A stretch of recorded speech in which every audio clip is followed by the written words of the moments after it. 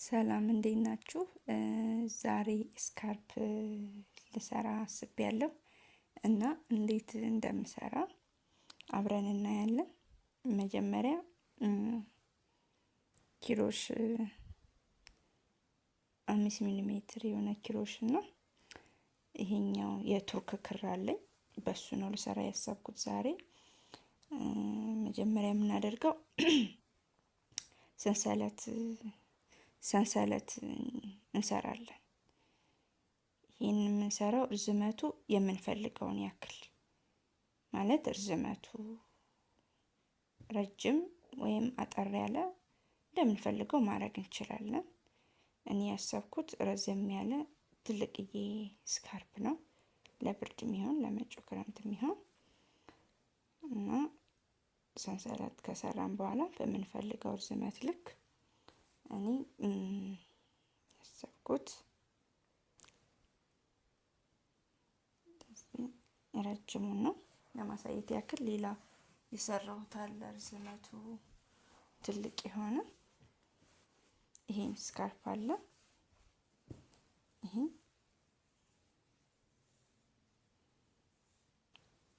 ይሄን ያክል ስካርፕ አለ።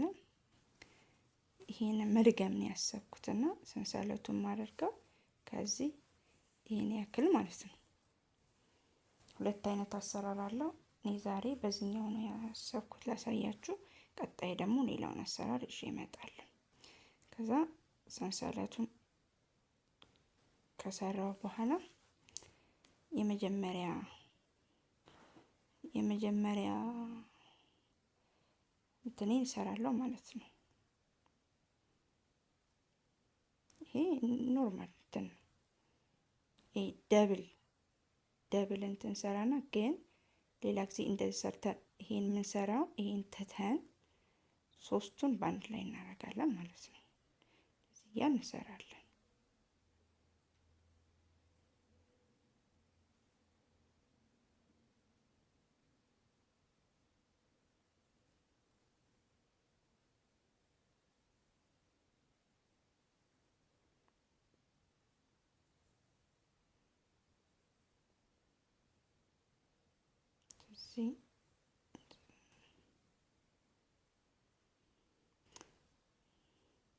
እዚህ ጋር የምናደርግበት ምክንያት ይሄኛው በሁለቱም ሳይድ ተመሳሳይ እንትን እንዲመጣልን ነው። በዚህ ጋር ያለውና በዚህ ጋር ያለው ተመሳሳይ እንትን መጣልን፣ ቆንጆ መልክ ያመጣልናል ማለት ነው።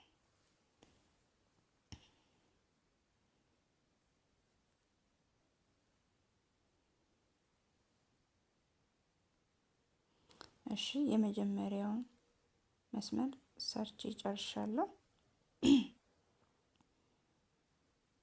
አሁን ሁለተኛውን እንዴት እንደምሰራ አሳያችኋለሁ። ለሁለተኛው ሁለት ሰንሰለት ከሰራን በኋላ አዙረን ይሄኛው በጀርባው በኩል ነው እንደዚህ የምንሰራው ማለት ነው። በዚህ ጋር በዚህ ሳይሆን በዚህ ጋር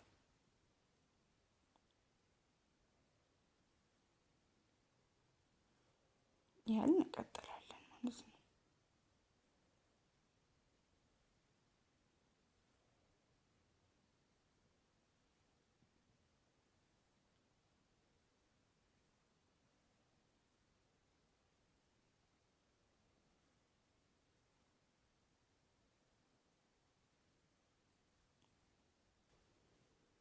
ሁለተኛ ሮይን ጨርሻለሁ።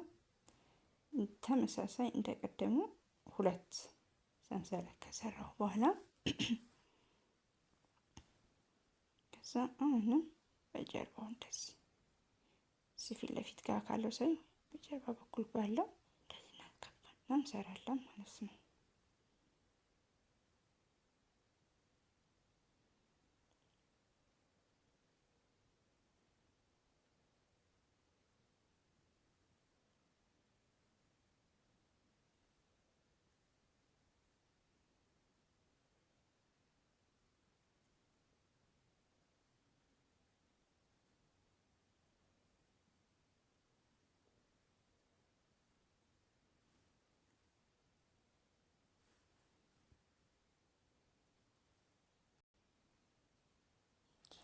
ፋይናሊ እንደዚህ እንዘጋለን።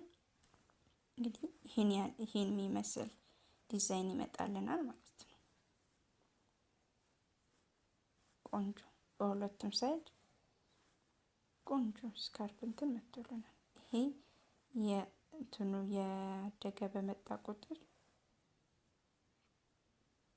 በጨመርነው ቁጥር ቆንጆ ዲዛይን ይመጣልናል ማለት ነው። እንደዚህ እየሰራችሁ መጠቀም ይቻላል ክረምታችን።